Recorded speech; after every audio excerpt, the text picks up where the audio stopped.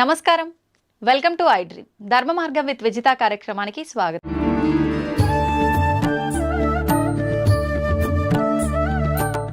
స్వామిజీ, ఇప్పుడు ఆహారం అన్నారు కదా, సాత్విక ఆహారం అని చెప్పి, అంటే మాంసాహారం తినే వాళ్ళు కూడా ఉంటారు. ఈ మధ్య కాలంలో అసలు మాంసాహారం తినాలని ఎక్కడ రాసి పెట్టలేదు. మాంసాహారం తినడం తప్పు, అది నిషేధం అని చెప్పి చెప్తున్నారు. మరి నిజంగా మాంసాహారం తినడం తప్పు అయితే మనకు కొన్ని ప్రాంతాల్లో దేవతలకే బలిచ్చి దాన్ని నైవేద్యంగా నివేదన చేసి తినే ఒక సాంప్రదాయం కూడా కొన్ని ప్రదేశాల్లో ఉంది. మరి మాంసాహారం నిషేధం అని ఎలా చెప్తారు? కరెక్ట్, మీరు అన్నది. దేవతలు బలి అడుగుతారు, ఆ బలి వాళ్ళకి ఇవ్వాల్సిందే. బలి ఇచ్చినారు, మళ్ళీ ఇచ్చిన దాన్ని ఇంటికి తెచ్చుకొని తింటున్న దేవుడు అలా తెచ్చుకో. నీ జిహ్వ చాపల్యానికి దాన్ని దేవుని పేరు చెప్పి బలి ఇచ్చి నువ్వే తింటున్నా. దేవత తింటుగా. కానీ దేవత కోడిని అడిగింది, మేకను అడిగింది, దున్నపోతును అడిగింది. ఓకే, ఏ మేక, ఏ కోడి, ఏ దున్నపోతు అనేది మనకు అర్థం కాక అవి ఇస్తాను. మనలో ఒక కోడి ఉంది, మనలో ఒక మేక ఉంది, మనలో ఒక దున్నపోతుంది. ఏంటి స్వామి? వాటిని బలి ఈరా అంటుంది. అవేంటి? కోడి ఏమంటుందమ్మా? కుక్కురుకు అంటుంది. కోరిక కోరిక కోరిక అని మనం అంటున్నాంగా. అవసరమైనటి అవసరం లేనటివి దిక్కుమాలిన కోరికలు కోరుకుంటాండామే. నీ అతి కోరికలోనే ఆ కోడిని నాకు బలి ఇచ్చేరా. ఎంత నువ్వు కోరికలు తగ్గించుకుంటే నువ్వు అంత హ్యాపీగా ఉంటావు. కోరికలు ఉండాల్సిందే. అతి కోరికలు, దురాశ కోరికలు, ఆశ దురాశ అంటాం కదా, అత్యాశ, అవి ఉండకూడదు. ఆశ ఉండాల, కోరికలు ఉండాల. నేను బాగుండాలా, సమాజం బాగుండాలా, అందరూ బాగుండాలా. ఇది ఎట్లుంది? నేనే బాగుండాలా అనేది ఎట్లుంది? అటువంటి కోడిని నాకు బలి. ఇంకా మేక అదేమంటుంది చెప్పండి? శబ్దం చేసి చూపించాలా స్వామిజీ? మే మే మే అంటుంది. మై మై మై, నాది నాది నాది. వామ్మో, ఇంత అర్థం ఉంది. నాది కాదురా, మనది మనది అనడం నేర్చుకో. నీలో ఉన్న ఆ నాది అని అరిచే ఆ మేకను నాకు బలి. ఇంకా మీ తెలుగులో అంటారు, దున్నపోతు మీద వాన కురిసినట్లు. అవును అవును. ఎవడు ఎట్లా పోతే పర్వాలే, ఎవడు మంచి చెప్పినా వినేది లేదు, నా దారి నాది. అవును, అదే బఫెలో అంటారు కదా దున్నపోతుని ఇంగ్లీష్లో. ఇప్పుడు మనం అందరం బఫెలోమే. అంతే అంటారా? ఎందుకంటే బఫేలోకి పోయి డిన్నర్ చేస్తాం కదా.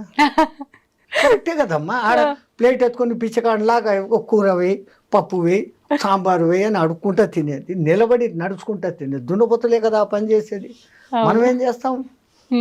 శుభ్రంగా కూర్చొని ఇంకో పీట ఎత్తుగా వేసి, భోజనానికి ఎత్తు పీట వేసి, మనం చాప మీద కూర్చొని దాన్ని 3 సార్లు సంప్రోక్షణ చేసి దేవునికి అర్పించి ప్రసాదంగా తింటాం. అది తినే పద్ధతి. అన్నం తినేటప్పుడన్నా ప్రశాంతంగా కూర్చోకుండా వాటితో మాటలు, ఇంటితో మాటలు, ఆడొక చెంచా ఈడొక చెంచా, ఏం తిండేది? మాకు టైం లేదు కదా. ఒకసారి అడిగాడు ఒక ఆయన, ఏం నాయనా ఇంత లేటుగా వచ్చినావు? బఫేకి పోయి వస్తున్నావు. అవును, నువ్వు బఫేల్లో పోయి వచ్చినావు, బఫేల్లో అయ్యి వచ్చినావు. ఏం స్వామి అన్నాడు. మళ్ళీ బఫేలో చేసే పని నువ్వు చేస్తాడు. అది పోతా పోతా గడ్డి కనపడిందంటే తింటా పోతానే ఉంటావు. ఆ లక్షణాలు కావు. నీలో ఉన్న ఆ అలసత్వము, అవికారత్వము, అటువంటి దున్నపోతు నీలో ఉంది. నువ్వు దున్నపోతు కాదు, మనిషివి. నీలో ఉన్న ఆ దున్నపోతుని మాకు బలి దేవతలు కొడతారు.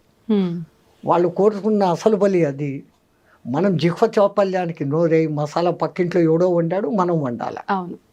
ఇంకా కొంతమంది వాడి కోడికూర తినాలని ఉంది, ఇంట్లో తినకూడదు అని అన్నారంటే వాడికి ఆ రోజు పూనకం వచ్చేస్తుంది. అమ్మవారు నన్ను అడిగారు 2 కోళ్ళు ఇయ్యి అని. ఇంకా సచ్చినట్లు అమ్మవారు అడిగారు, కోళ్ళు ఇస్తారు. ఇచ్చినాడంటే వీడి ఇంటికి తెచ్చుకొని దాన్ని జుట్టు పీకి, కోడి పీకి, అది సచ్చేటప్పుడు అది ఎంత బాధపడుతూ వస్తుందో ఆ బాధే మనకి ఇప్పుడు శాపాలే. ఈ దిక్కుమన్న కొత్త కొత్త రోగాలు, ఈ ప్రకంపనాలు, ఈ ప్రకృతి ప్రకోపాలు వచ్చేదానికి కారణం ఆ జంతు ఘోష. మరి ఇప్పుడు సాత్విక ఆహారం అంటే మొక్కలకు కూడా ప్రాణం ఉంటుంది కదా గురూజీ, అది కట్ చేసిన తర్వాత దాన్ని కూడా చంపినట్టు అవదా? మేక కాలు ఇంచేసి కోసుకొని తిన్నాం, మేకకు మళ్ళీ కాలు వస్తుందా? రాదు. మీరు చెట్టు నరికేయండి, చిగురు వస్తుంది మళ్ళీ. దేవుడు మనకి ఇచ్చాడు ఇది. ఇప్పుడు మాంసాహారం తినే జంతువులను మనం ఏం పేరు పెట్టి పిలుస్తాం? క్రూర జంతువులు అంటున్నాం. అవును. కూరలు ఉన్నాయి దానికి, దాని పేగుల డిస్టెన్స్ తక్కువ. అది ఒకసారి తిన్నాక 4-5 రోజుల వరకు దానికి అరగదు. బాగా తిని నిద్రపోతున్న సింహం దగ్గరికి మీరు పోయినా అది మళ్ళీ మన మీద పంజా విసరతాం. అది ఫుల్లీ సాటిస్ఫైడ్. దానికి ఆ తిండి దేవుడు ఇచ్చాడు. ఓకే. దాన్ని క్రూర జంతువు అని పిలుస్తుండవు. మరి నువ్వు తింటున్నప్పుడు నువ్వు ఎవడివి? నువ్వు క్రూరుడివే. అవును. రెండవది, మాంసాహారం వండేటప్పుడు దాంట్లో దిక్కుమాలిన మసాలాలన్నీ వేస్తారు ఆ కంపు రాకుండా. ఈ మసాలాలు మనలో తమో గుణాన్ని రజో గుణాన్ని పెంచుతాయి. బాగా కారం తినండి, కంట్లో నీళ్ళు వచ్చేంత కారం తినండి. ఎవడో ఒకడు ఒక మాట అనగానే హై నన్ను అంటావా అంటారు, వెంటనే వస్తుంది కోపం. వస్తుంది. ఈ కోప ప్రకోపాన్ని కామ ప్రకోపాన్ని పెంచేది కారణం మనం తింటున్న ఆహారం. తో మనకు దేవుడు ఈ కాయగూడ్లు పండ్లు ఎన్ని ఇచ్చాడు. మీరు అన్నట్లు నిజంగా దాంట్లో కూడా ప్రాణం ఉంది, కానీ దాంట్లో మళ్ళీ చిగురించే శక్తి ఉంది. దీంట్లో అట్లా లేదు. అది ఒకసారి చచ్చిపోయింది, ఇంకా మళ్ళీ అది బతకదు అది. అయితే ఇప్పుడు మనం తీసుకునే ఆహార ప్రభావం వల్లే మనకు వచ్చే ఈ ఆరోగ్యానికి సంబంధించిన ఇబ్బందులు అనుకున్నాం కదా స్వామీజీ. మరి ఇప్పుడు చాలా వరకు మనం చేసుకున్న కర్మలను బట్టి మనకు ప్రతిదీ వస్తుంది అంటాం కదా. అంటే కొంతమంది ఎటువంటి ఆహారం తీసుకున్నా కూడా మంచిగా ఉన్న వాళ్ళు ఉంటారు, అన్ని రకాలుగా మంచి పూర్తి హెల్తీ ఫుడ్ తీసుకున్న వాళ్ళు కూడా అనేక రకాల ఇబ్బందులకు గురవుతుంటారు. వాళ్ళ కర్మలను బట్టి ఉంటుంది. ఓకే. గత జన్మ కర్మానుసారం వాళ్ళకి ఏం జరగాలనో అవి జరుగుతూ ఉంటాయి. ఓకే. అయితే స్వామీజీ ఇప్పుడు ఈరోజు పేపర్లో మీరు చూసి ఉంటారు, యాంటీబయాటిక్స్ ఎక్కువగా ఇస్తున్నారు జంతువులకు, అవి త్వరగా గ్రో కావాలని, ఎక్కువ బరువు తూగాలని. అవి ఆ బయోటిక్స్ దాని మాంస కణాలలోకి చేరి మనం తింటున్నప్పుడు ఆ యాంటీబయాటిక్స్ మనకి నెగటివ్ రోగాలు తెచ్చేదానికి కారణభూతమైతాండాయని సైంటిస్టులు చెప్తాండారు. ఓకే. ఓకే. అంటే మాంసాహారం తినకుండా ఉండడమే ఉత్తమం. సరే, ఒక్కటి మీకు మాంసాహారం ఇష్టమే, ఆ జంతువులు తిన్నట్లే మేకను పులి తిన్నట్లే పచ్చి తినండి ఒకసారి. అమ్మా, అలా ఎలా సాధ్యపడుతుంది? బస్ హోగా, వెగటు పుట్టేస్తుంది ఒక్కసారి పచ్చిది మీరు తినగలిగినారు. ఒకవేళ ఒక 1/2 కిలో తిన్నారు అంటే 3 రోజులు అనారోగ్యంతో బాధపడతారు. It will not digest. దాన్ని చండాలంగా ఉడకబెట్టి దాంట్లో ఏందేందో మసాలాలు వేసి మిగిలితే మళ్ళీ ఫ్రిడ్జ్లో పెట్టి 2వ దినం వేడి చేసి ఇట్లాంటి ఫుడ్లన్నీ తినడం మూలంగానే మన మెటబాలిజం, టైం క్లాక్ అన్నీ దెబ్బతింటారు. కొన్ని ప్రాంతాల్లో పచ్చి మాంసం తినే మానవులు కూడా ఉన్నట్టుగా మనం చూస్తున్నాం. వాళ్ళు హ్యాబిచ్యువేటెడ్, వాళ్ళకు తరతరాలుగా వాళ్ళ జీన్స్ అది ఉంది. ఓకే. మనము తరతరాలుగా భారత రామాయణ కాలాల నుంచి ఆ ఋషిమునులు అందరూ కూడా సాత్వికాహారమే. అంతెందుకమ్మా, ఇప్పటికిప్పుడు భూమి మీద నీళ్లలో కాదు, నీళ్లలో తిమింగలాలు ఉంటాయి, భూమి మీద ఉండే అత్యంత బలమైన ఎత్తైన జంతువు ఏది? ఏనుగు. ఇంకా రెండోది ఖడ్గమృగం. అది పరిగెత్తా వచ్చి ఒక వ్యాన్ గుద్దిందంటే వ్యాన్ 3 పల్టీలు కొట్టి ఎగిరిపోతుంది. ఆ 2 తినేటి ఏంటి? గడ్డి. బలము తినే మాంసాహారంలో లేదు. కాయగూరలలో ఉన్నంత విటమిన్లు, ఖనిజాలు, లవణాలు మాంసాహారంలో లేవు. అన్నిటికన్నా విచిత్రము, ప్రపంచంలో ఏ జంతువు ఉడకేసి తినడంలే, అవి కంటద్దాలు పెట్టుకోవడంలే, చోటు మిషన్లు పెట్టుకోవడంలే. ఈ దిక్కుమాలనోడే పెట్టుకుంటున్నాడు. ఎందుకు అంటే ఉడకేసి తింటున్నాడు, సహజమైన తిండి తినడంలే. అందుకే ఇప్పుడు సహజ ఆహారము, పండ్లే తినండి, జ్యూసులే తాగండి, మళ్ళా పాతకాలం టైటిల్లోకే వస్తున్నాం. దునియా goal high, Phir ఉదర్ co he ఆ జాయేగా, మళ్ళీ అక్కడికే వస్తున్నాం. అయితే ఇప్పుడు ఆహారము మీరు చెప్పినట్టుగా ఆహారం పాతకాలంది రావటమే కాకుండా ప్రతిదీ కూడా వస్త్రాల దగ్గర నుంచి పాత్రల దగ్గర నుంచి ప్రతిదీ పాతకాలంవి మళ్ళీ ఇప్పుడు వస్తున్నాయి కదా స్వామీజీ. తప్పదు. ఇప్పుడు పంచకట్టు మళ్ళీ పెద్ద ఫ్యాషన్. అవును. ఎవడో సినిమాలో హీరో కట్టుకున్నా అంటే ఇంక అందరూ అయితే అంతే. ఈ గొర్రెదాటుడు వ్యవహారం వదిలిపెట్టి ఇంకోనితో కంపారిజన్ వదిలిపెట్టాలి ఫస్ట్. నేనుగా ఉంటాను, నా వరకు నేను ఉంటాను, నేను బాగుంటే లోకము బాగుంటుంది, ఆ ఫీలింగ్తో ఉండగలగాలి. రెండవది న్యాచురల్గా ఏది వస్తుందో దాన్ని యాక్సెప్ట్ చేసుకోవాలి. పరమాత్ముడు ఒరే జాగ్రత్త పడు అని ముందు కొంచెం సైట్ తగ్గిస్తాడు, వెంటనే కంటద్దాలు షాపు పోతాం, కళ్ళు పెట్టుకుంటాం, పండ్లు ఊడగొడతాడు, పండ్ల డాక్టర్ దగ్గర పోతాం, కొత్త పండ్లు కట్టుకుంటాం, వినకుండా చేస్తాడు, చెవిటి మిషన్లు పెట్టుకుంటాం. అన్నిటికన్నా ముందు ఆయన ఇచ్చే లెటరు తెల్ల జుట్టు, వెంటనే డై కొట్టుకుంటాం, అక్కడనే డై మొదలైంది మన డై. సో వీడు ఎక్కడ మన మాట వినడం లేదు, నేను ఎత్తుకొని అక్కడ చెప్పడు, ఇంకా ముందు 3-4 సార్లు చెప్పాడు, అన్ని అవకాశాలు అయిపోయినాయి, వినుకోకపోతే ఇంకా డైరెక్ట్గా ఎత్తుకుపోతాడు. సో ప్రకృతిలో లోబడి నువ్వు జీవించినప్పుడు ఆ ప్రకృతి నిన్ను కాపాడుతుంది. ధర్మో రక్షితి రక్షిత. మనం ప్రకృతికి విరుద్ధంగా పోతున్నాం, చెట్లు కొట్టేస్తున్నాం, అడవులను నరికేస్తున్నాం, అడవుల్లోని జీవాలు ఊరి మీద పడతాయి. ఓ పులి ఊరి మీద పడింది, అది ఎందుకు పడింది? అది ఉన్న ప్రదేశాన్ని నువ్వు కట్టేసి ఇల్లు కట్టుకున్నావు, అది ఎక్కడికి పోవాలి? దానికి స్థలం లేకుండా చేస్తున్నావు. దాని మానాన దాన్ని వదిలిపెట్టి నువ్వు అడవిలో కాకుండా నీకు ఉన్న కొద్ది స్థలంలో నువ్వు కట్టుకుంటే లే, ఒక్కడు ఉండేదానికి 6 బెడ్రూమ్లు ఇల్లు కట్టుకుంటాడు, అవసరమా? మరి ఇవన్నీ ప్రకృతికి విరుద్ధంగా జరుగుతున్నప్పుడు భగవంతుడు అంటే ఆపే ప్రయత్నం చేయాలి కదా. ఒక్కొక్కసారి ఆ భూకంపము అనేది భూమాత క్షమయా ధరిత్రి, భరిస్తుంది. అమ్మ కూడా అమ్మ అమ్మ అని 10 సార్లు పీక్తాడు, ఒకసారి పీక్తుంది కదా. అవును, తల్లి అయినా కానీ దండిస్తుంది. అట్లాగనే ఆ భూమాత భరించి భరించి భరించి ఈ జీవహింస, ఈ తవ్వకాలు, ఈ దమనకాండ అంతా చూసి చూసి చూసి ఏ రోజో ఒకరోజు కొంచెం అట్ట కదిలిద్దిస్తాడు, 2 సెకండ్లు కదిలితే చాలు, అంతా అతలాకుతలం, జై శ్రీరామ్ హో జాతా. ఈ మధ్య కాలంలో ఇలాంటివి భూకంపాలు, జలప్రలయాలు చాలా వరకు వచ్చిన సందర్భాలు ఉన్నాయి కదా స్వామీజీ. అంటే ఇవన్నీ పాపాలు ఎక్కువైపోవడం వల్లే అని అనుకోవచ్చా? ఇప్పుడు ఇంతకుముందు ఇంత వాహనాలు లేవు, అవును, వాతావరణం కాలుష్యమైంది, అవును, ఓజోన్ పొర దెబ్బతినేంత లెవెల్కు పోయింది. కార్బన్ డైఆక్సైడ్, కార్బన్ మోనాక్సైడ్, ఈ 2 పెరిగిపోయినాయి. అవును, పోనీ వాటిని గ్రహించుకొని ఆక్సిజన్ ఇచ్చే చెట్లను ఏం చేస్తున్నారు? నరికేస్తున్నారు. ఏమైపోతుంది మళ్ళీ? అదేమో ఎల్నినో ప్రభావం అనేది ఏర్పడి సముద్రాల ఉష్ణోగ్రత పెరుగుతుంది. అది పెరిగితే ఏమవుతుంది? సముద్రం ముందుకు రాను మొదలు పెడుతుంది, మెల్లగా ఈ ఓడరేవులు బోడరేవులు మెల్లమెల్లగా మునగను మొదలు పెడతాయి. అయితే ఇప్పుడు ఇలాంటి ప్రళయాలు వెంటగా రావటం వల్ల చాలా మంది అంటే ఎవరికి తోచినట్టుగా వాళ్ళు ఇంకా యుగాంతం వచ్చేస్తోంది, కలియుగం అంతమైపోతోంది, ఇలాంటివి 2025లో ఎక్కువ రాబోతుంది. కలియుగము మన వాళ్ళ లెక్క ప్రకారం 4,32,000 సంవత్సరాలలో ఇప్పుడు కృష్ణ పరమాత్మ కాలం చేసిన టైం నుంచి ఇప్పటికి లెక్కేసుకుంటే కలియుగ ప్రవేశం, కృష్ణ పరమాత్మ పోయిన తర్వాత, పరీక్షత్తు రాజ్యం చేసేసిన తరువాత అక్కడి నుంచి కలియుగం మొదలైంది.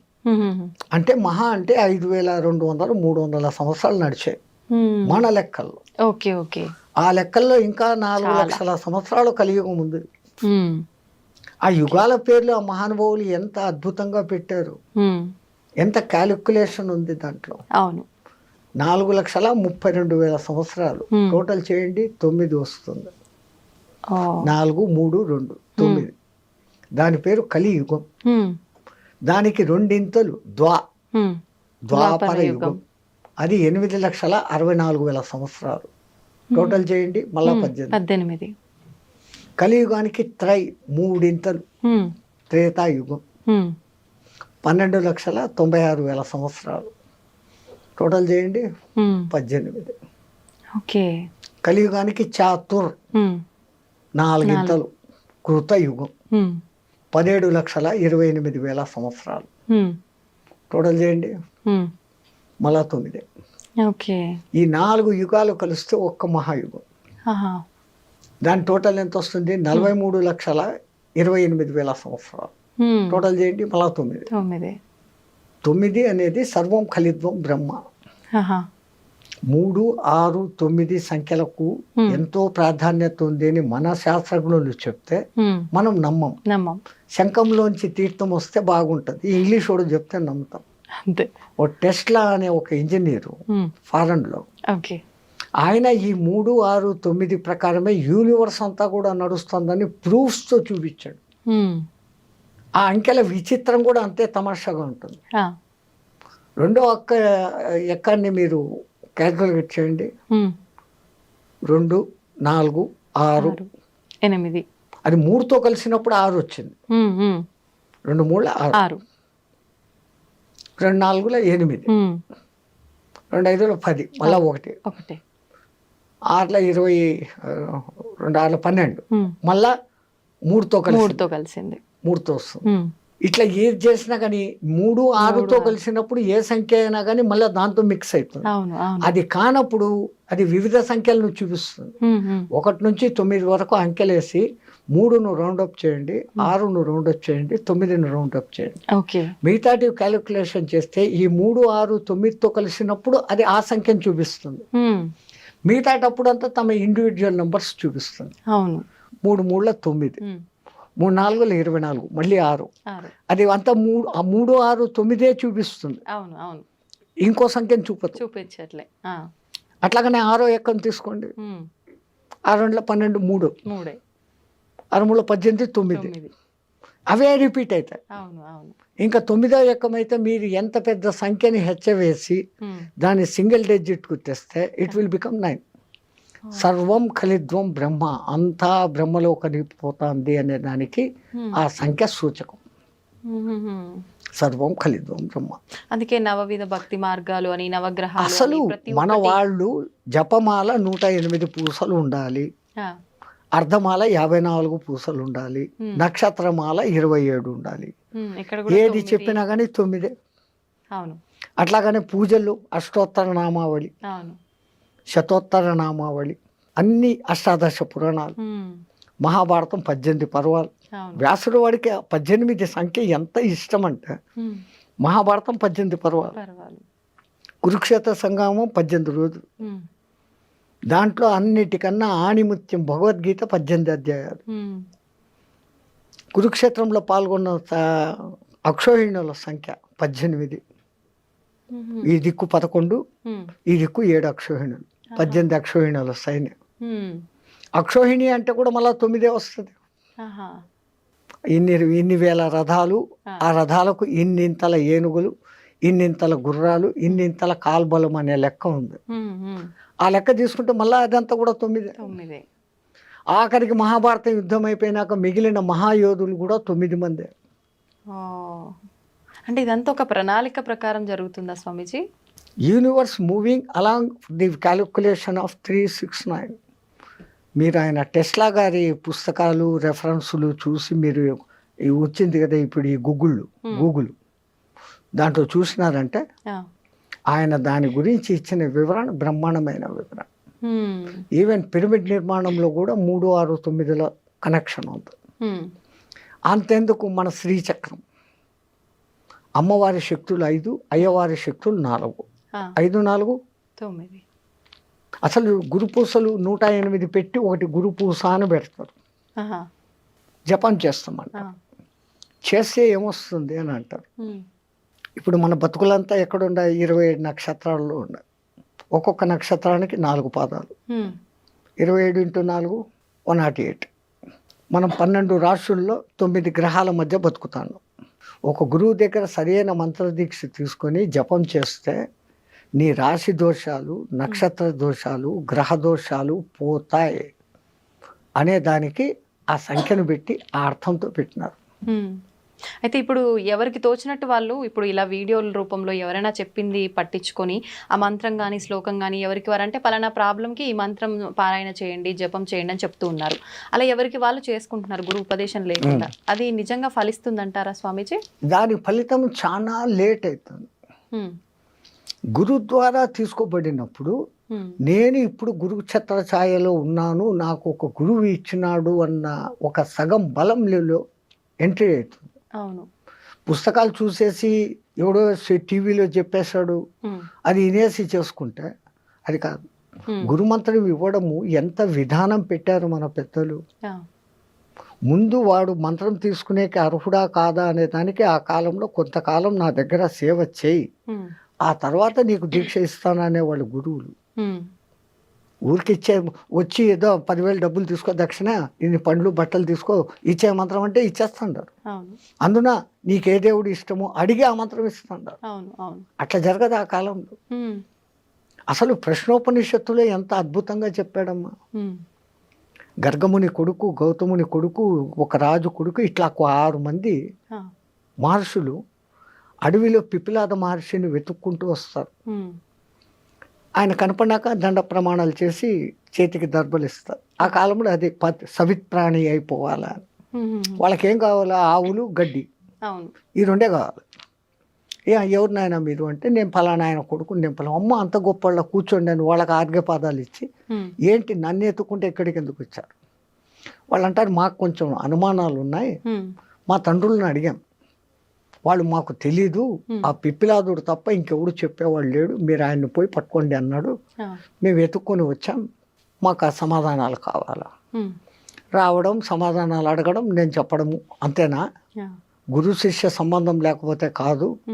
కొన్నాళ్ళు నా దగ్గర సేవ చేయండి, ఆ తర్వాత మీ అనుమానాలు ఏదో అడగండి.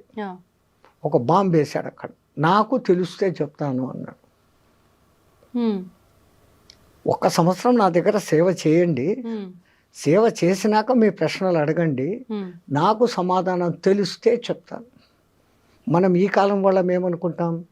సంవత్సరం సేవ చేస్తాం, అడుగుతాం, నాకు తెలుదురా అన్నాడంటే మన గతి ఏం? సంవత్సరం పాయా. మన మెంటాలిటీ ఇదే. వాళ్ళు ఆజ్ఞాపించండి గురుదేవా, ఏం చేయమంటారు? నువ్వు ఆవులు మేపకరా, నువ్వు సమిందలు తీసుకురా, నువ్వు గోశాల శుద్ధం చేసి సంథింగ్ డ్యూటీలు చెప్పేస్తున్నారు. వీళ్ళు డ్యూటీల్లో సర్వనిమగ్నం అయిపోయినారు. సంవత్సరమైన సంగతి కూడా తెలియదు. ఒక దినం సాయంత్రం 4 గంటలకు వాళ్ళంతా ఆవులు మేపుకొని అంతా వచ్చి కూర్చున్నప్పుడు, నాయన స్నానం చేసిరండి, మీరేదో ప్రశ్నలు అడుగుతామన్నారు కదా. ఆ సంవత్సరం అయిపోయింది గురువాడు, అయిపోయింది అన్న. ఇలా స్నానం చేస్తారు, వచ్చినారు, మీ ప్రశ్నలు ఏదో అడగండి, నాకు తెలిస్తే చెప్తాను. మళ్ళీ మొదటిది, వీడు అసలు నా దగ్గర పనిచేసే అర్హుడా కాదా, ఈ సంవత్సరంలో వాని మెంటాలిటీ ఏంటి, వాని మనోక్షేత్రం శుద్ధమైందా లేదా. మనస్సు అనే పొలం, క్షేత్రం శుద్ధం చేయిందా, వీడు అర్హుడు అని ఆయన కనిపిస్తాడు.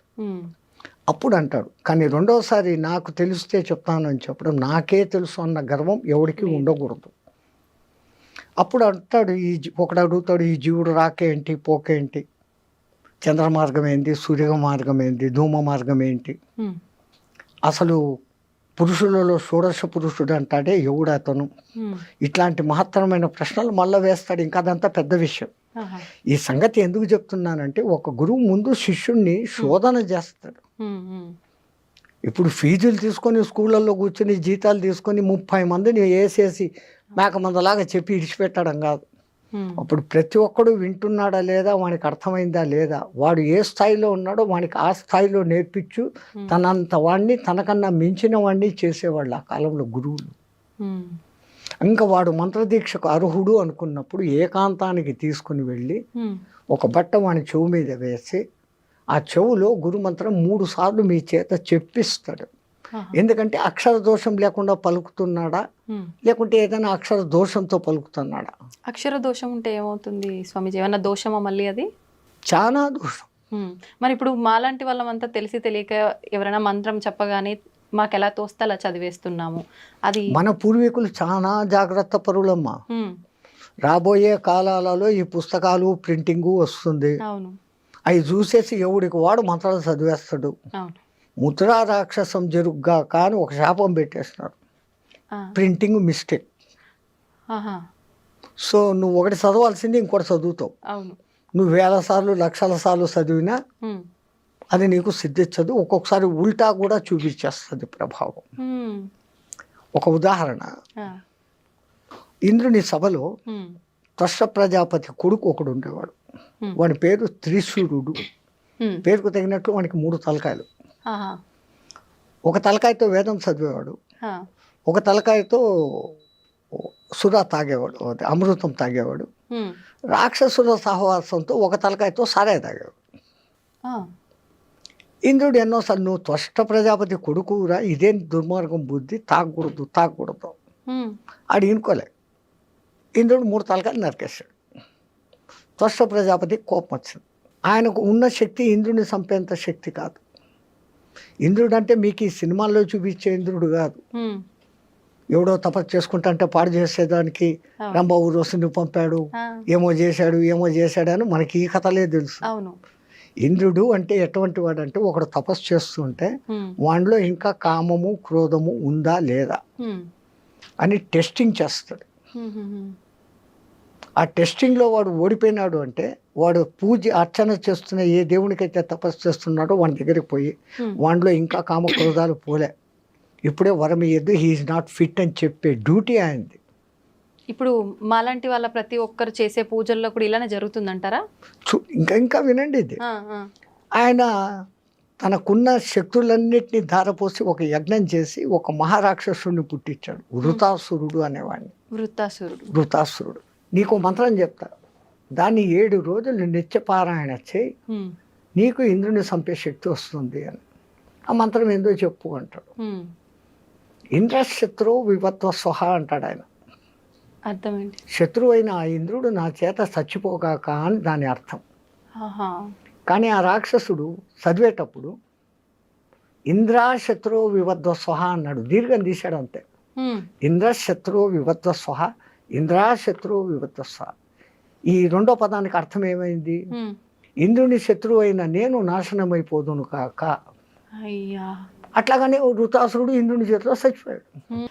స్వామీజీ, ఇప్పుడు ఈ తరం వాళ్ళలో చాలా వరకు ఆధ్యాత్మిక భావన కానీ దైవ చింతన కానీ చాలా వరకు తగ్గుముఖం పడుతుందని చెప్పాలి. ఒకవేళ ఎవరైనా పూజలు చేసినా భక్తిని ప్రదర్శించినా కూడా అది ఒక ఆడంబరం లాగా మనం ఎంత స్తోమతగా చేశాము అనే దానిపైన శ్రద్ధ ఉంటుంది తప్ప ఎంత భక్తితో చేశాము అనే దానిపైన శ్రద్ధ ఉండట్లేదు. నిజంగా అసలు ఎలా ఉండాలి ఈ ఆధ్యాత్మిక భావన అనేది? ఈ తరం వాళ్ళు ఆధ్యాత్మిక భావనలోకి మార్గంలోకి రావాలంటే మన నిత్యం చేసే విధి విధానాలన్నీ ఏ రకంగా ఉంటే బాగుంటుంది? ఈ మైకులు, ఈ కరెంటు లేనప్పుడు ఉన్న భక్తి వేరే, ఈ మైకులు వచ్చినాక వేరే. మైకులు వచ్చిన కొత్తలో కూడా గణపతి నవరాత్రులు 9 రోజులు ఆ గణపతి పాటలు తప్ప రెండోది ఉండేది కాదు. అవును. ఇప్పుడు దిక్కుమాల ఇంగ్లీష్ పాటలు, సినిమా పాటలు అన్నీ పెట్టి పారేస్తున్నాం. జాగరణం అని చేసే శివరాత్రి, జన్మకో శివరాత్రి అని చెప్పే శివరాత్రి, ఆ రాత్రి అంతా సినిమాలు చూస్తూ గడుపుతా ఉన్నారు. అవును.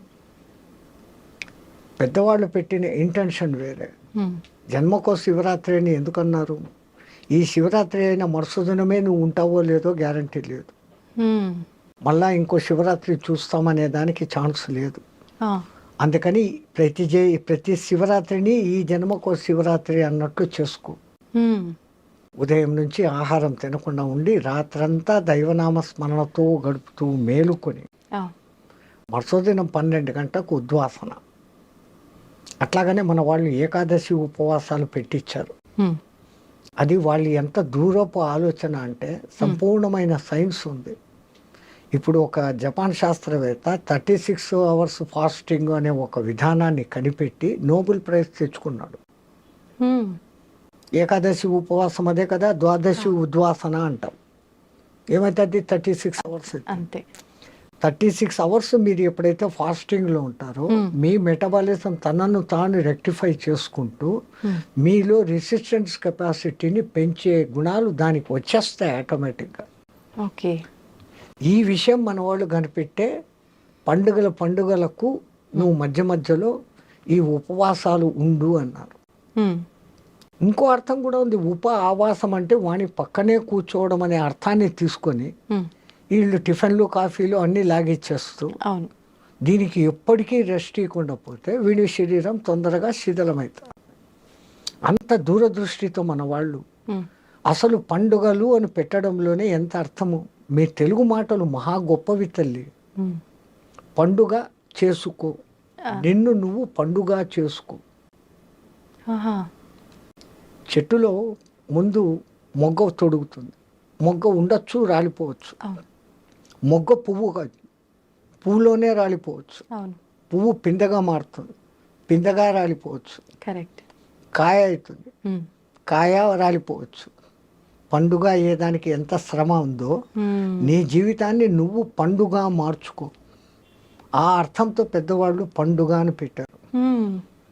మనం పండుగ చేసుకుంటే ఇంకా పొద్దు హాలిడే, లేని పిండి వంటలంతా పొద్దు నుంచి సాయంత్రం దాకా తినడమే, సినిమాలకు పోవడమే. ఇది ఎట్లయిపోయింది.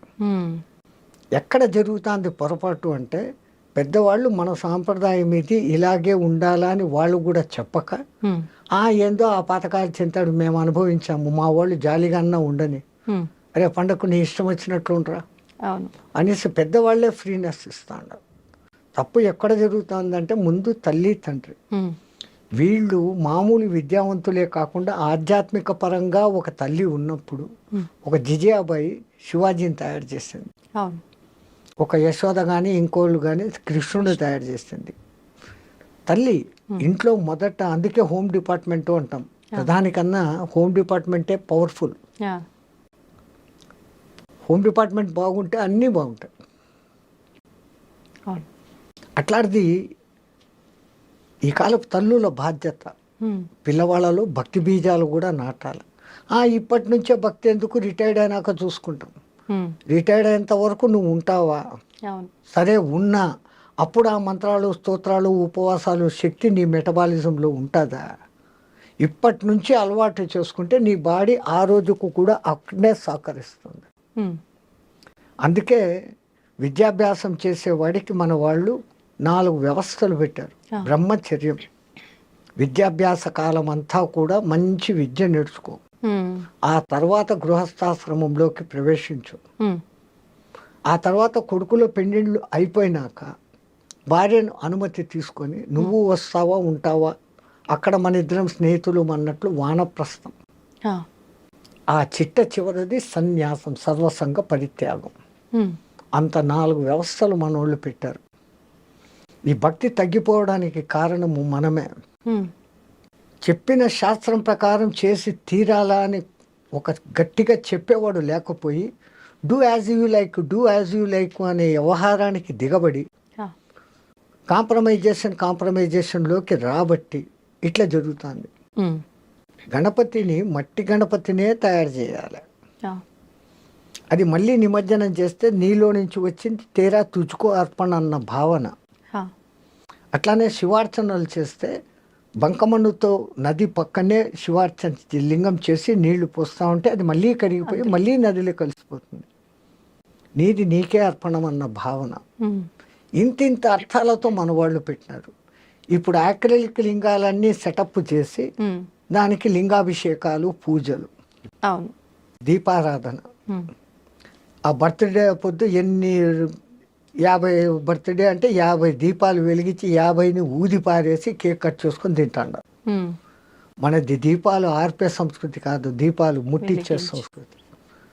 పూర్వీకులు ఏం చేసేవాళ్ళు, ఒకవేళ రాజవంశాల్లో వాళ్ళు వీళ్ళు బర్త్డేలు చేసుకోవాలంటే వాడు ఎన్నో బర్త్డే అయితే అన్ని గుళ్ళల్లో అన్ని దీపాలు వెలిగించి రావాలి. దీపం జ్యోతి పరబ్రహ్మ, దివ్యనే సాధ్యతే సర్వస్వం, దీపం సర్వోత్తమో వహ అని దానికి చెప్తూ ఆ దీపం వెలిగించాలి. ఒకప్పుడు సూర్యభగవానుడు మునిగిపోతూ అయ్యో నేను పోతా ఉండనే, రాత్రి చీకటి అయిపోతే ఈ జనాలంతా ఏమవుతారు అనుకుంటే ఓ చిన్న దీపం చెప్పిందంట, డోంట్ వరీ డోంట్ బాదర్, నేనున్నాను, నువ్వు బోట్ రెస్ట్ తీసుకో, రేపు పొద్దున రా అనిందంట.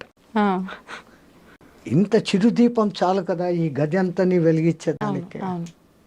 ఆ దీపం వెలిగించుకునే దాంట్లో ఎంత అర్థం మన వాళ్ళు పెట్టారో మీకు చెప్పే ఉంటాను, మళ్ళీ చెప్తాను. ఒక దేశంలో ఒక కొంచెము మంచి జ్ఞాని అయినా కానీ అప్పుడప్పుడు తిక్క ప్రశ్నలు వేసే రాజు ఒకడు ఉండేవాడంట. ఈ జనాలకు అందరికీ సభలో ఉండే వాళ్ళకు భయం, వీడు ఏ పొద్దు ఏ తిక్క ప్రశ్న వేస్తాడో, సమాధానం చెప్పకపోతే జైలు, కొరడా దెబ్బలు, రాజు ఏమనేకి లేదు. అట్లా బిక్కుమంటా అన్న ఒక దినము ఈయనకి తిక్క ప్రశ్నలు వేసే మూడు వచ్చింది. సభలో అందరూ జాగ్రత్తగా వినండి, నాకు 3 అనుమానాలు వచ్చాయి, దాన్ని తీర్చాల. వీళ్ళ గుండెల్లో రాయబడింది, వీడు ఏం అడగబోతాం. 3, ఒకటి కాదు, ఒకటి అడిగితేనే చెప్పలేం. అడగండి మహారాజా అన్నారు, ఇంకేం చేయలేక. దేవుడు ఎక్కడ ఉన్నాడు, దేవుడు ఎటువైపు చూస్తూ ఉంటాడు.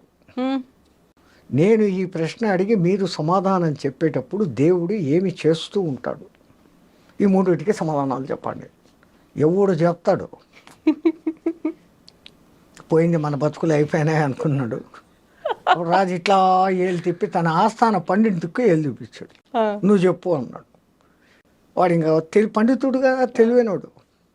రాజా ఏమన్నా సామాన్య ప్రశ్నలా అడగంగానే చెప్పేసేదానికి 2 రోజులు టైం అయింది, ఈ లోపల కూడా మర్చిపోతాడులే అనుకున్నాడు ఈయన. 2 రోజులు కాకపోతే 3 రోజులు టైం తీసుకో, 3వ రోజు నువ్వు చెప్పాల్సిందే. ఈయన అప్పుడు సభ అయిపోయింది, ఇంటికి వెళ్ళాడు, దిగులుగా కూర్చున్నాడు. ఆయనకు రోజు పాలు పోస్తే గొల్ల పిల్లవాడు ఒకడు, 12 ఏళ్ళ పిల్లవాడు, ఆయన వచ్చాడు, పాలు తీసుకున్నాడు.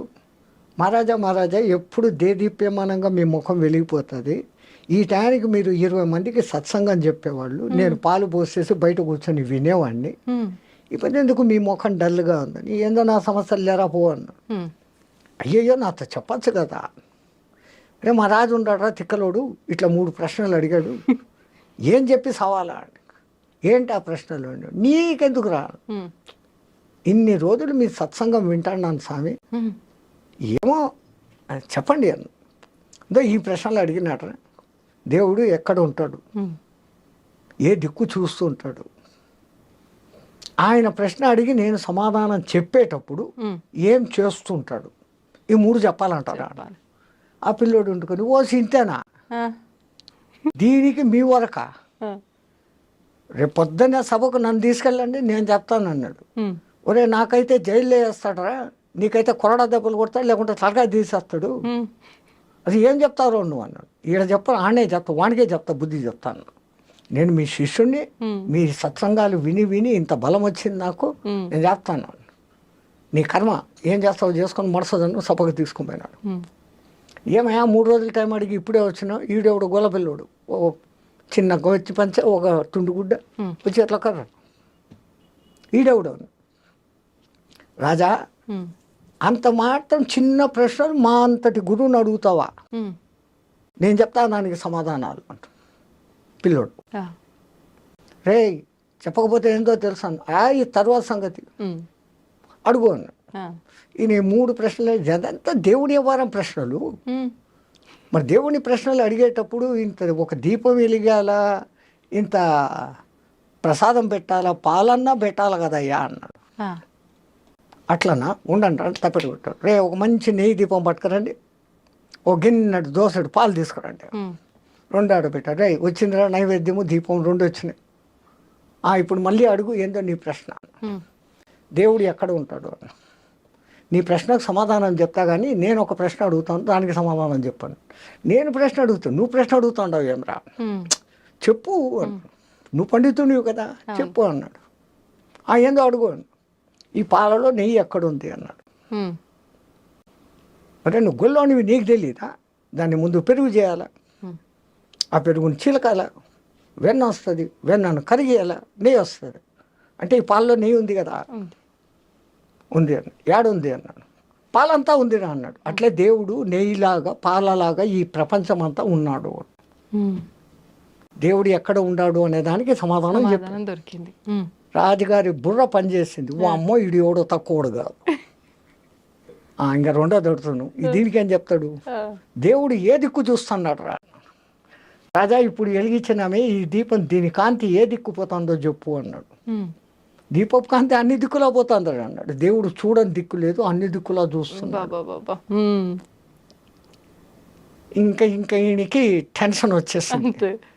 అని ఇది ఎట్లా చెప్తాడు ఇప్పుడు, నేను ప్రశ్న అడిగేటప్పుడు నువ్వు ఏం చెప్తావో, నువ్వు సమాధానం చెప్పేటప్పుడు ఆయన ఏం చేస్తుంటాడో చెప్పాలా. మరి 3వ ప్రశ్న తెలుసు కదరా మళ్ళా చెప్పమంటావా అని. అదే నాకు ఒక అనుమానం, నువ్వు ఇంత గొప్ప పండితునివి, ఎక్కడైనా అడిగేవాడు కింద చెప్పేవాడు పైన ఉండాలి కదా, నీకు ఆ జ్ఞానం లేదా అన్నాడు. అట్లనా అనేసి పీట వేసుకొని ఈయన కింద కూర్చొని రా సింహాసనం ఎక్కువ పైన కూర్చొని చెప్పు అన్నాడు. ఈడు సింహాసనం మీద గొల్లోడు కూర్చున్నాడు. ఇప్పుడు చెప్పు ఏందో ఆ ప్రశ్న అన్నాడు. మళ్ళా అడుగుతావు ఏందిరా, నేను ఈ ప్రశ్న అడుగుతున్నప్పుడు నువ్వు సమాధానం చెప్పేటప్పుడు దేవుడు ఏం చేస్తున్నాడు, ఇదే చేస్తుంటాడు, గొల్లోని సింహాసనం ఎక్కించినాడు, రాజుని నేల మీద కూర్చోబెట్టినాడు.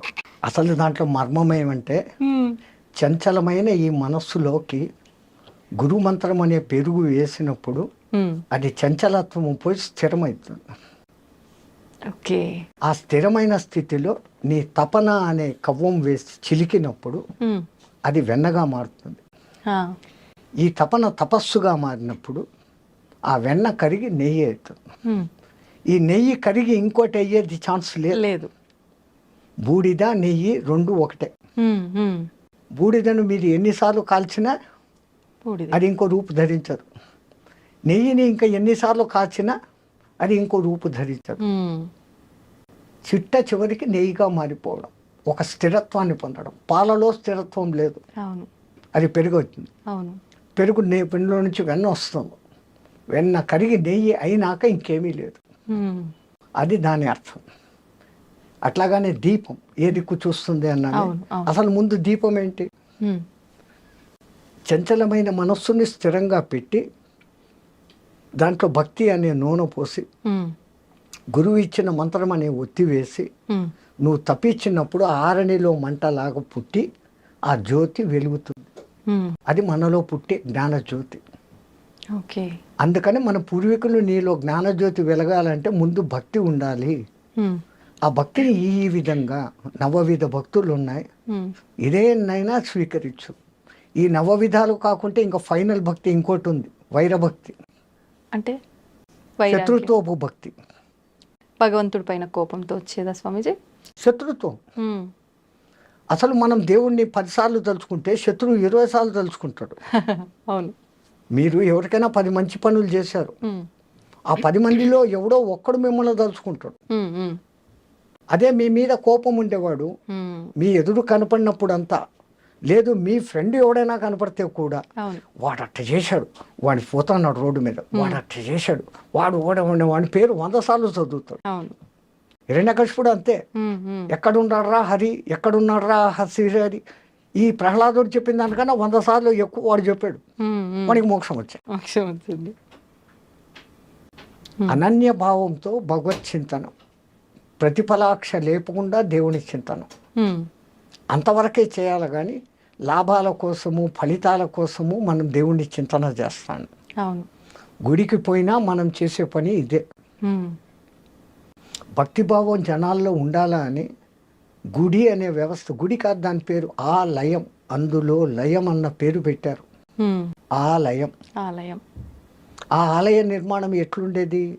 పెద్ద గాలిగోపురం ఉండేది, లోపలికి వచ్చినాక బలిపీఠం ఉండేది, ధ్వజస్తంభం ఉండేది, ఆ తర్వాత సంగీత మండపం ఉండేది, దాని తర్వాత నృత్య మండపం ఉండేది, ఆ తర్వాత దర్శన మండపం ఉండేది, ఆ తర్వాత గర్భగృహం అనేది ఉండేది. ఆ గర్భగృహంలో చీకటి ఉండేది, ఒక చిన్న దీపం, దేవుడు కనపడకుండా ఉంటాడు. మనం పోతే పూజారి కర్పూర్ సే ఉస్కో కర్పూరంతో హారతి ఇచ్చినప్పుడు ఆ పైనుంచి ఆ పబ, ఆ దివ్యమంగళ రూపము, ధరించిన ఆయుధాలు, కాళ్ళు అన్నీ చూపించుకొని ఆ చూసిన దాన్ని అంతా కళ్ళ నిండుగా చూసి అక్కడ మళ్ళీ పైన ధ్యాన మండపం అని ఉంటుంది. అక్కడ కాసేపు కూర్చొని ధ్యానించుకో, నువ్వు చూసిన దాన్ని ధ్యానించుకొని మన పెద్దోళ్ళు ఇంత గొప్ప వ్యవస్థ పెట్టినారు. అంటే భగవంతుని దర్శనం తర్వాత కాసేపు గుళ్ళో కూర్చోవాలి అనడానికి అర్థం ఇదేనా స్వామీజీ? నువ్వు కన్నారా ఏమి చూసినావు, ఏ ఆయుధాలకు ఏ అర్థము, ఎందుకు ఆమె ఆయుధాలు ధరించింది, ఆమె అతడు ఆయన. విష్ణువు అయితే శంకు చక్రాలు ఉంటాయి, ప్రధానంగా ముందు ఆ 2 కనపడతాయి. శం ఖం, శుభకరమైన ఆకాశం. ఖం అంటే ఆకాశం, శం అంటే శుభకరం, ఖం అంటే ఆకాశం, మంచి ఆకాశం. ఆ భావనతో నీకు చూసినప్పుడు ఆ దేవుని యొక్క సుదర్శనం, మంచి దర్శనం అవుతుంది. సుదర్శనం చక్రం కాదు, సుదర్శనం. అందుకే గజేంద్ర మోక్షంలో కలడు వాడు కలడు లేడు అని ముందు మొత్తుకొని ఆ తర్వాత ప్రాణములు ఠావులు తప్పే నువ్వును తప్ప ఇహపరంబులను ఎరంగని కావవే వరద అని అడిగినప్పుడు ఆ కరి మొద ఆలకించి ముందు ఆయన పంపింది ఏంది? సుదర్శనం. దానికి ముందు వీనికి దుష్ట దర్శనం. నేను ఆ భార్యలు చూస్తుండారు, నేను రాజును, డామ్ డూమ్ అని ఎగిరినాడు. సుదర్శనమైనప్పుడు అవును. జరిగింది. దాని పేరు సుదర్శనం. ఉమ్, అట్లాంటి భావనతో నువ్వు చూసి ఆ భావనలన్నీ అనుకొని అక్కడ కూర్చోరాని ఇంత గొప్ప వ్యవస్థ పెట్టారు. అవును. మనమంతా ఆలయాలకు పోతుండం. ఉమ్, అన్నిటికన్నా మన పెద్దోళ్ళు చెప్పింది ఆలయం బయటనే చెప్పులు వదిలిపో. అవును. ఆ చెప్పులు వదలడంలో వాళ్ళ అర్థం ఏంటి? ఉమ్, ఆ చెప్పులను వదిలేసినట్లు నేను కలెక్టరు, నేను ఆడ, నేను మగ, నేను బ్రాహ్మణ్, నేను క్షత్రియ, నేను వైశ్య, ఉమ్, ఇవన్నీ ఏది కాదురా. ఆ, నేను జీవాత్మ, నువ్వు పరమాత్మ, నీలో లయం అయ్యేదానికి, ఉమ్, నాలో ఉన్న దుర్గుణాలను బలి ఇచ్చేదానికి, నాలో ఉన్న సద్గుణాలను ధ్వజస్తంభంలాగా నిలిపేదానికి ఉమ్, ఇక్కడికి వచ్చాను అన్న భావనతో నువ్వు పోవాలా అని మన పెద్దోళ్ళు చెప్పులు బయట వదలమన్నా. ఓకే. ఇన్ని అర్థాలతో పెడితే ఉమ్, మనం ఏం చేస్తున్నాం? చెప్పులేమో బయట వదులుతున్నాం. చెప్పారు కదా అవును. పెద్దోళ్ళు, చెప్పులు బయట వదులు. అవును. చెప్పులు వదిలిపెట్టి గర్భగుడిలోకి పోయి దర్శనం చేసుకొని ధ్యానం చేసేదానికి 1 నిమిషం అటు కూర్చొని లేచి ఉమ్, మళ్ళీ బయటకు వస్తాం. అవును. ఇంత చేసే ఈ టైంలో మనకు తెలియకుండానే ఒక కొత్త మంత్రం జపిస్తాం. అది ఎవడూ చెప్పడు. ఆ మంత్రం మనకే వచ్చేస్తుంది. ఏంటి స్వామిజీ? బయట వదిలిన చెప్పులు ఉంటాయో పోయి ఉంటాయో. కొత్త చెప్పులు మొన్ననే కొనుక్కున్నా. అదే కదా ఈ తిప్పలే. అవును. మళ్ళా వాడు అక్కడ ₹2 అడుగుతాడే అని ఆడిచ్చాం. అవును. ఎన్నో గుర్తుగా బండ కింద చెట్టు కింద దాపెడతాం. ఆ దిక్మాలను ₹2 వానికి కూడా ఇచ్చేది బుద్ధిలే. అవును. ఇంత ఈ బుద్ధులు పెట్టుకుని వాడి దగ్గరికి పోయి మళ్ళా ఆడ వాడిని రికమెండేషన్లు అడగడాలు. ఆ, మా మొగుడికి ప్రమోషన్ 3 ర్యాంకుల ప్రమోషన్ వస్తే 3 టెంకాయలు కొడతా. ఉమ్, కొంపదీసి 2 ర్యాంకులు వచ్చినాయి అనుకో, 2 టెంకాయలు.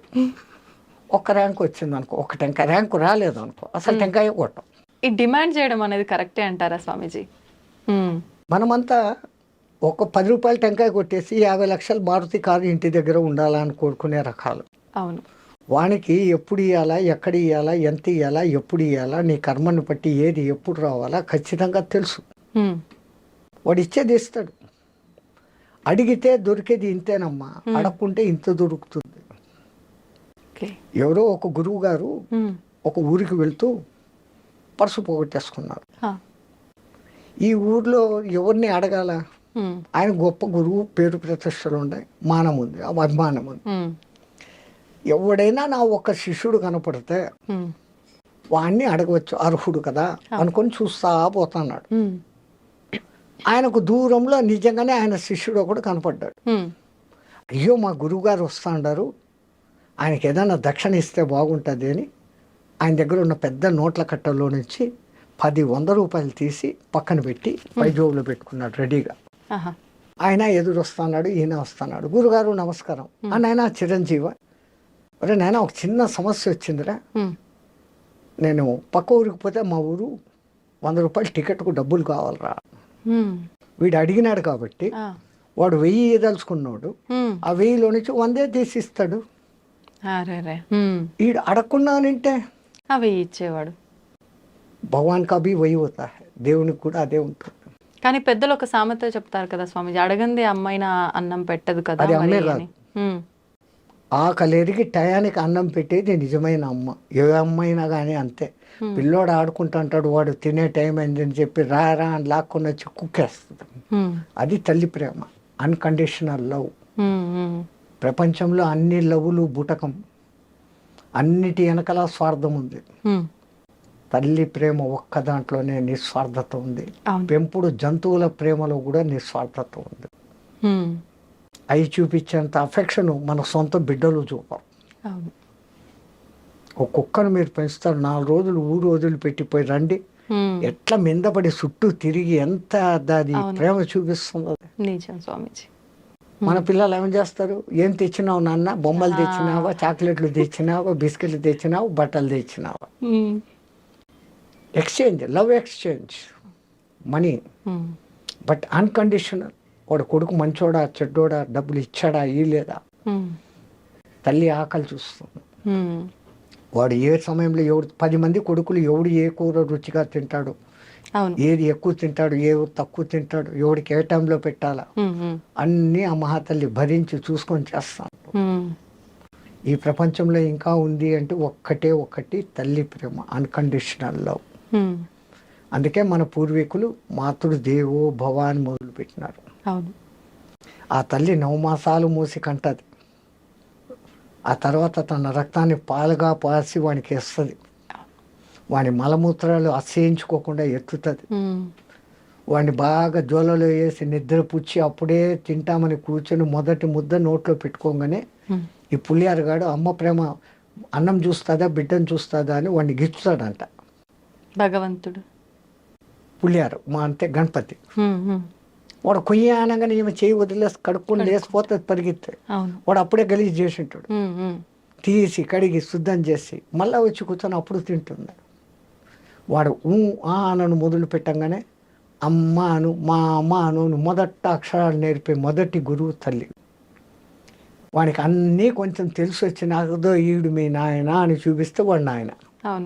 తల్లి ఎవరిని చూపిస్తే వాడు నాయన, ఇంకోటి కాదు.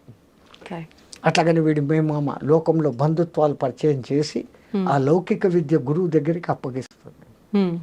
వాడి అదృష్టం బాగుంటే ఆధ్యాత్మ గురువు తగులితే వాడు పైకి వస్తాడు. మళ్ళీ ఈ తల్లి పెంపకంలో ఎక్కడ లోపం జరిగినా వాడు ఆధ్యాత్మికంలోకి పోలేడు. వాడిని ఆ వయసులో నుంచే ఆధ్యాత్మికం బోధించేది తల్లి, వానికి ఆ టైంలో నుంచే భక్తి బోధించేది తల్లి. లీలావతి కడుపులో వాడు ప్రహ్లాదుడు ఉన్నప్పుడు నారదుడు పక్కకు తీసుకెళ్ళి ఆ భక్తి కథలన్నీ వినిపిస్తే ఆడు విన్నాడు, అంత భక్తుడైనాడు. కడుపులో ఉండడానికి వినిపిస్తే వస్తుందా అని ఎగతాళి చేసిన వాళ్ళు ఇప్పుడు బిడ్డలు మ్యూజిక్ వింటున్నారు, దానికి ఆనందిస్తున్నారా అని ఎక్స్పెరిమెంట్లు చేసి కనిపెట్టినారు. వేద పఠనం వినిపించి తెరత పుట్టిన బిడ్డకు, నానాకు ఇంగ్లీష్ రికార్డులు పెట్టి డ్యాన్సులు పెట్టిన బిడ్డకు, ఆ తర్వాత ఎదుగుదలలో వచ్చిన మార్పులు 18-20 ఏండ్ల శోధన, 70 మందిని ఈ బ్యాచ్ 70 మందిని ఆ బ్యాచ్ను పెట్టి వాళ్ళ ప్రవర్తన వీళ్ళ ప్రవర్తన అందరికీ ఒకే రకమైన ఆహారము ఒకే రకమైన బెడ్ ఇచ్చినప్పటికీ ఈ సుమధుర సంగీతాలు వేద పఠనాలు శబ్దాలు విన్న వాళ్ళ ప్రవర్తనల్లో మార్పు, సాత్వికత, వాళ్ళలో ఉన్న క్రూయాలిటీ లెక్క తేలింది.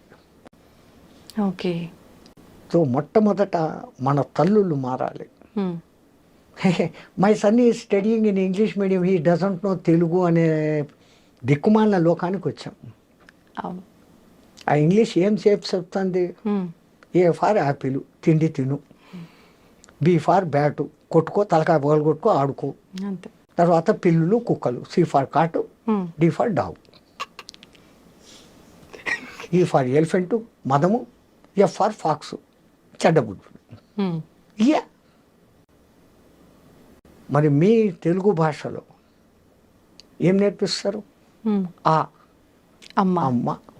వాడు అప్పుడప్పుడే స్కూల్కి పోయేవాడు, అమ్మ నుంచి దూరంగా. అమ్మ పేరు వినగానే వాడి మనసు ఎంత ఆనందిస్తుంది. ఆ తర్వాత ఆవు, ఈ ఇల్లు, ఈశ్వరుడు. అదే వచ్చింది పుస్తకాల్లో మార్పు. అంటే విద్యా వ్యవస్థ ఈశ్వరుడు లేదు, విద్యా వ్యవస్థ ధ్వంసం. వాళ్ళకు నేర్పించాల్సింది గణపతి మంత్రము ఇట్లాంటివి. కాకపోతే ఇది లౌకికము అనే దిక్కుమాల ప్రజాప్రభుత్వం ఏర్పడి ఆ ఇతర మతాలు వాళ్ళ భాషల్లో పడి మేము అది చదవం, మేము ఇది చేయం. వందే మాత్రం పాడేదానికే పెద్ద యుద్ధం చేస్తుంటారు. జనగణమన పాడమంటే అది మేము పాడం అంటూ ఉంటారు. ఇక్కడ ఇది మత వ్యవస్థ కాదు, నీకు సరైన విద్య. జనగణమన మన దేశంలో ఉన్న అన్ని రాష్ట్రాల పేర్లు కలిసి వచ్చేటట్లుగా పెట్టి అటువంటి భారతమాత బిడ్డను నేను అని చెప్పుకునేదానికి ఉంది అది జనగణమన. అసలు మనకు జాతీయ గీతం వందే మాత్రం కావాల్సిందే, జనగణమన వేసి వచ్చింది. అక్కడనే దిక్మాల రాజకీయాలు, భ్రష్టమైందంతా అక్కడి నుంచే. దానికి ముందు ఇంగ్లీష్ వాడు ఉన్నప్పుడు ఇంతో అంతో బాగానే ఉండేవాడు. గురుకులాలను ధ్వంసం ఏం చేయలే. ఇంగ్లీష్ ముందు జాస్తి తీసుకురావాలి, వాని అవసరం. నీకు ఉద్యోగం రావాలంటే ఇంగ్లీష్ నేర్చుకో అని చెప్పినాడు వాడు. ఈ ఉద్యోగాల కోసం వాడి దగ్గర చచ్చినట్టు ఇంగ్లీష్ నేర్చుకున్నాడు. వేదం చదవద్దు అని వాడు కమెంట్ చేయలేదు. వాడు బండి కింద నీళ్లు, అదేమంటారు, చాప కింద నీరు, చాప కింద నీళ్లు లాగా ఏం అనకుండానే ధ్వంసం చేసేసినాడు. డబ్బు ఆశ చూపించి మనం దానికి పడిపోయినాం. కానీ అంటే ఆలోచిస్తే ఒక రకంగా ఇప్పుడు శాస్త్రాలు, వేదాలు, పురాణాలు తెలుసుకుంటే మనకు ఒక మంచి జ్ఞానం వస్తుంది. కానీ ఇప్పుడున్న పరిస్థితుల్లో ఉద్యోగము, మన అవసరాలకు నేను చెప్తున్నాను, పొట్టకూటికి ఇంగ్లీష్ నేర్చుకోండి, మీ భాషను మర్చిపోకండి. ఉమ్, అసలు అవమానకరమైన విషయం ఏంటమ్మా, ఉమ్, ఎవడైనా ఇంకో దేశస్థుడు వచ్చి నీ దేశ భాష ఏదే అని నన్ను అడిగితే నేను సిగ్గుతో తల వంచుకోవాలి. ఉమ్, నా తెలుగు, నా తమిళ్, నా కన్నడం, నా మరాఠీ, నా కేరళ, నా మలయాళం, నా బెంగాలీ, నా అస్సామీ, ఉమ్, ఎవడు ఇదే అంటున్నాడే తప్ప నా దేశ భాష అని చెప్పుకునేకి లేదు. ఉమ్, అంతటి మహత్తరమైన సంస్కృతము మనం మర్చిపోయినాం. హా, కంపల్సరీ మస్ట్ అండ్ షుడ్ సంస్కృతం నేర్చుకోవాలి. ఉమ్, కష్టము అనుకున్నాను. ఆ సంస్కృతానికి బిడ్డ హిందీ. దేశాన్ని ఒక్క బంధంలో నిలబెట్టగలిగింది అదొక్కటే. దేశ భాష లేదు మనకు, పేరుకు ఉంది హిందీ అని. ఉమ్, కానీ ముందు ఇంగ్లీష్లో రాస్తాడు, ఉమ్, మళ్ళీ వాడిని లోకల్ భాషలో రాస్తాడు. ఆ హిందీని అన్నం మూల ఇంత సన్న అక్షరాలతో రాస్తాడు, చీమల్లా కనపడకుండా. ఉమ్. వ్యవస్థ